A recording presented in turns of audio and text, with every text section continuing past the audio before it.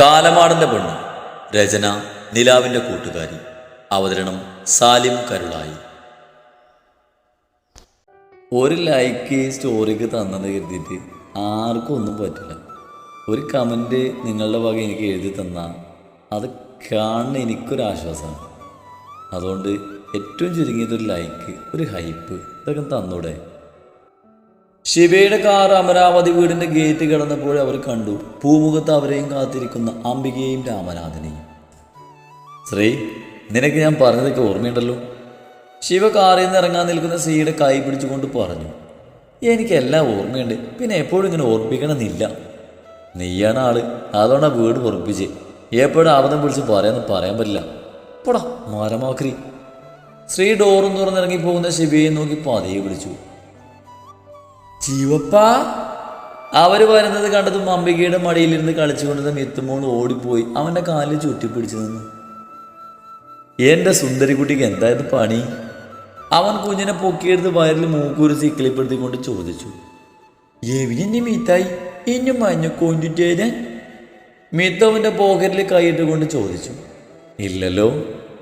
അത് പറഞ്ഞവൻ കയ്യിലുള്ള ചോക്ലേറ്റ് ആ കുഞ്ഞി കൈകളിലേക്ക് വെച്ച് കൊടുത്തു.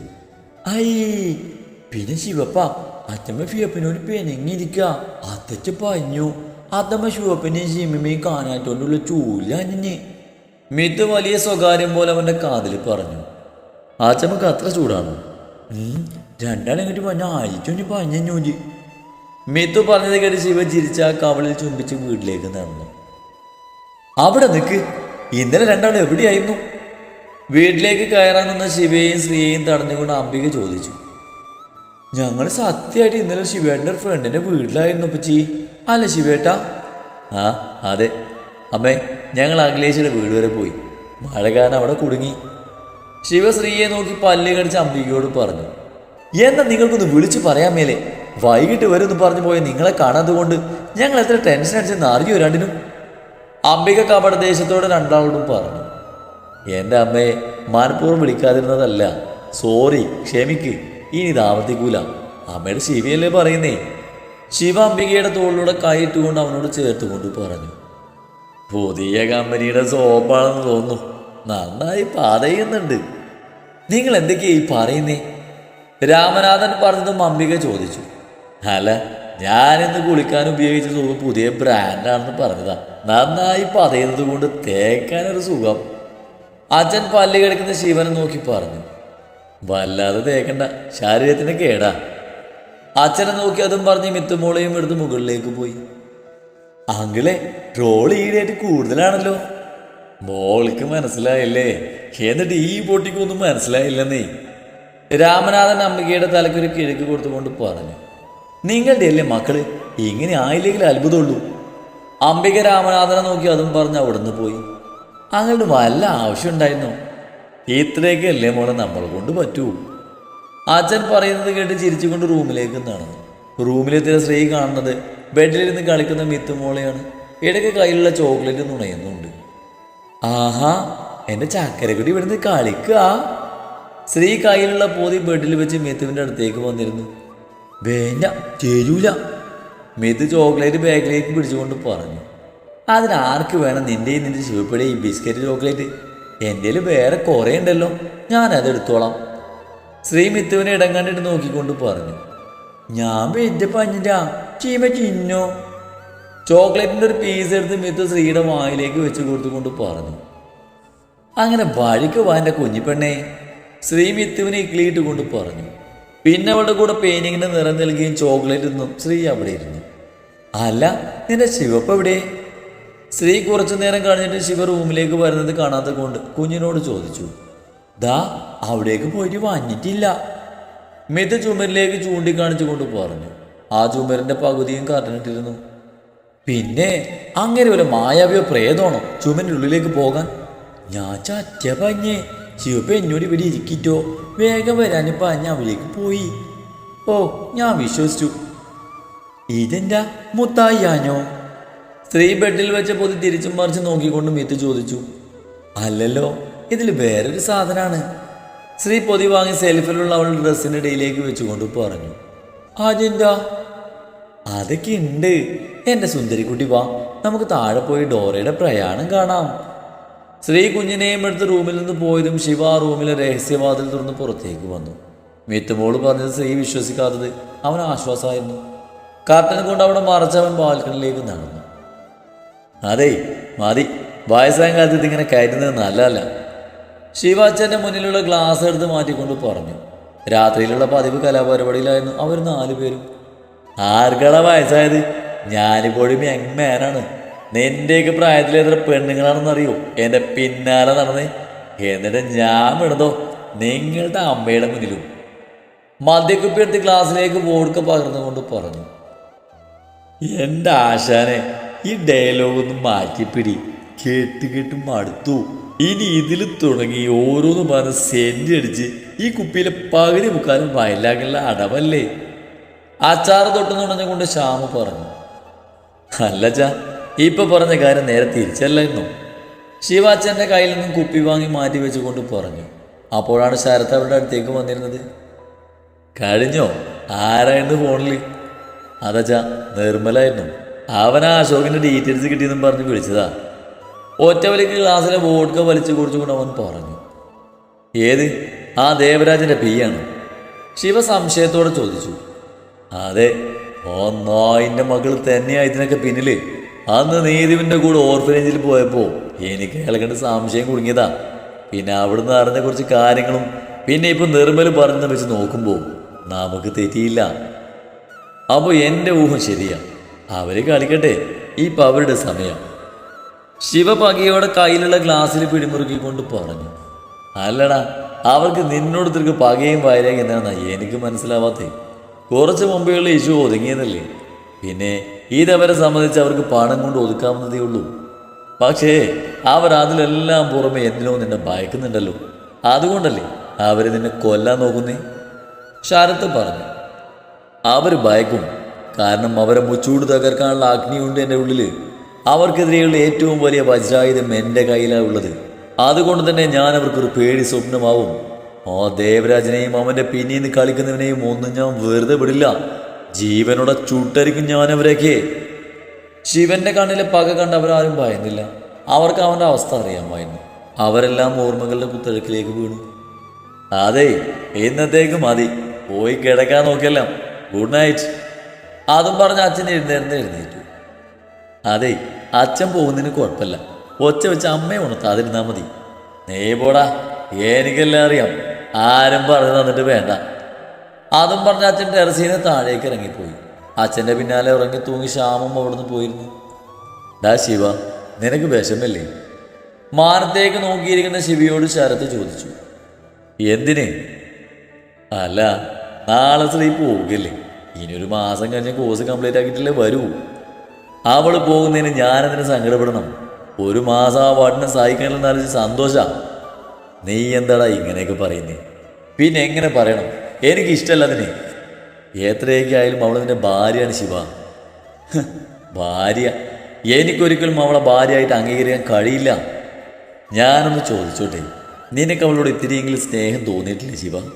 അവൾ നിന്റെ ആ പഴയ ഒന്ന് നിർത്തുവോ? എനിക്ക് അവളോട് ഒന്നുമില്ല. ഇനി ഏട്ടൻ പോയി കിടന്നുറങ്ങാൻ നോക്ക്. ശരത്ത് പറഞ്ഞ് മൊഴിവെക്കും മുന്നേ ശിവദേശത്തിൽ പറഞ്ഞു. ഞാൻ പോവന്നെയാണ്. അതും പറഞ്ഞ് ശരത്ത് അവിടുന്ന് എഴുന്നേറ്റ് നടന്നു. ശിവ. ശരത്തിൻ്റെ വിളി കേട്ടതും ശിവ മുഖം ചരിച്ച് അവനെ നോക്കി. നീ എത്രയൊക്കെ അവളെ ഇഷ്ടമല്ലെന്ന് പറഞ്ഞാലും നിന്റെ ഉള്ളിൻ്റെ ഉള്ളിൽ അവൾ ഉണ്ടെന്ന് എനിക്കറിയാടാ. ഏട്ടോ. ശിവ അലറിയപ്പോഴേക്ക് ശരത്ത് ജീവനും കൊണ്ട് ഓടിയിരുന്നു.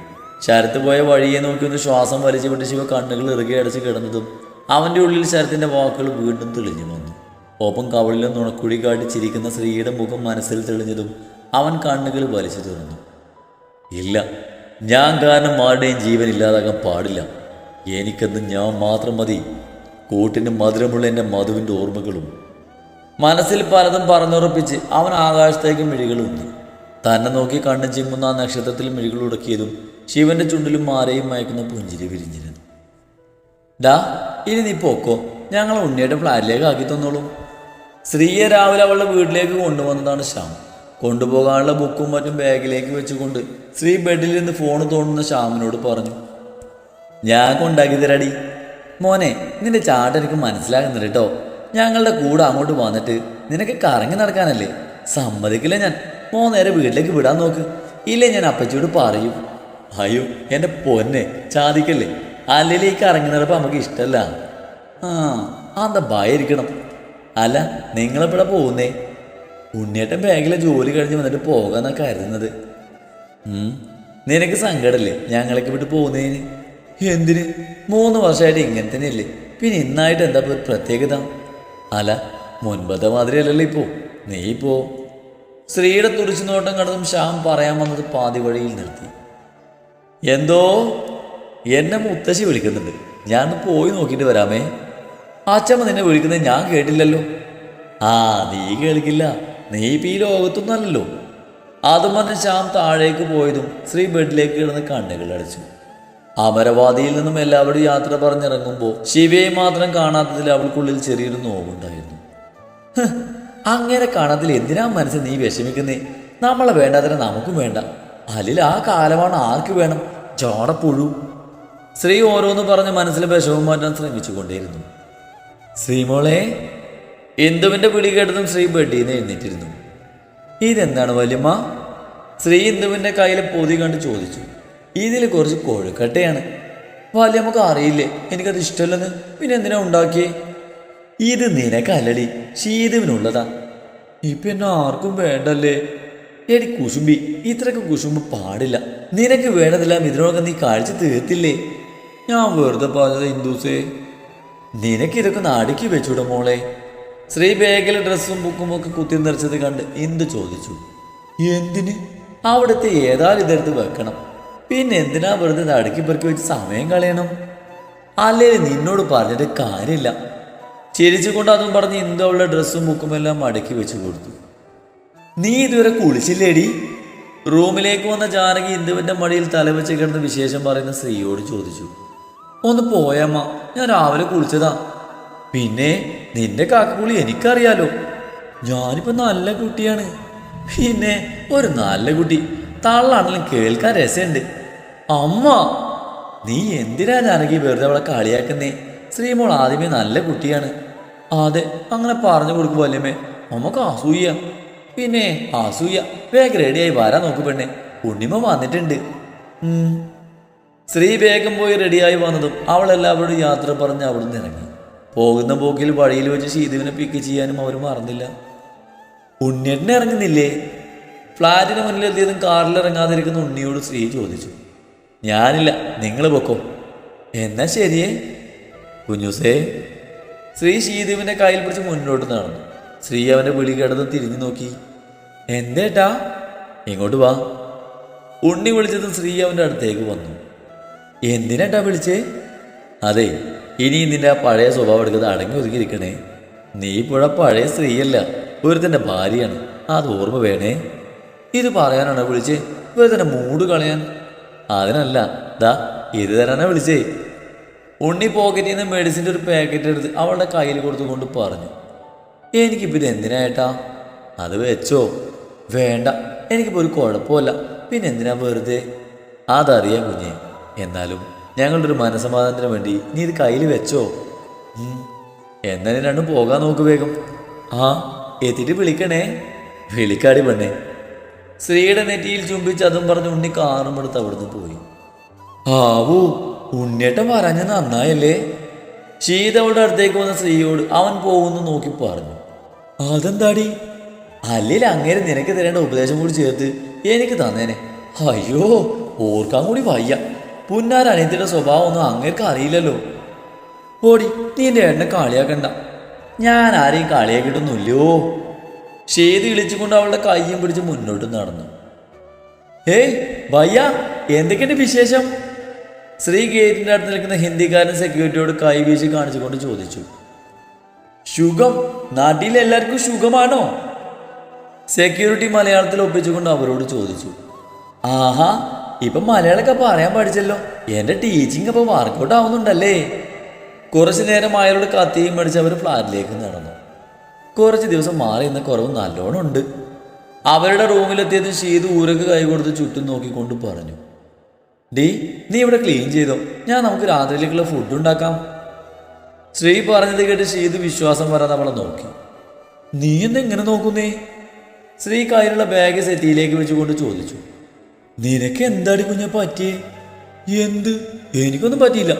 നീ നോക്കി നിൽക്കാതെ ഇവിടെയൊക്കെ ക്ലീൻ ചെയ്യാൻ നോക്ക്, ഞാൻ കുക്ക് ചെയ്യാം. എൻ്റെ പൊന്നു ശ്രീ, നീ അറിയാൻ മേലത്തെ പണിക്ക് പോയി എനിക്ക് പണി ഉണ്ടാക്കല്ലേ. ഇങ്ങനെയൊക്കെയല്ല എൻ്റെ ചക്കരെ പഠിക്കുന്നേ. ശ്രീ ഷീതുവിൻ്റെ താടിയിൽ പിടിച്ച് വലിച്ചുകൊണ്ട് പറഞ്ഞു. എൻ്റെ ശ്രീ, നീ വീട്ടിൽ പോയിട്ട് എത്ര വേണേലും പഠിച്ചോ. ഇനിയും എന്നെ വയറ് കേടവിട്ടാൻ എനിക്ക് വയ്യ. നമുക്ക് രാത്രിയിലേക്കുള്ളത് പുറത്തുനിന്ന് വാങ്ങിയാലും വേണ്ടില്ല. ഷീത് പോയി ചൂലും മോപ്പും എടുത്ത് ശ്രീയുടെ കയ്യിൽ കൊടുത്തുകൊണ്ട് പറഞ്ഞു. ദൈവം കാത്തു തന്നെ, ഇല്ലേ ഒരാഴ്ച നോക്കണില്ലായിരുന്നു. ഇവൾക്ക് ഇതേപോലത്തെ പണിയെ നടക്കൂ. ഷീതു ശ്രീയെ നോക്കി ആത്മഹത്യയോട് തന്റെ പണിയിലേക്ക് കടന്നു.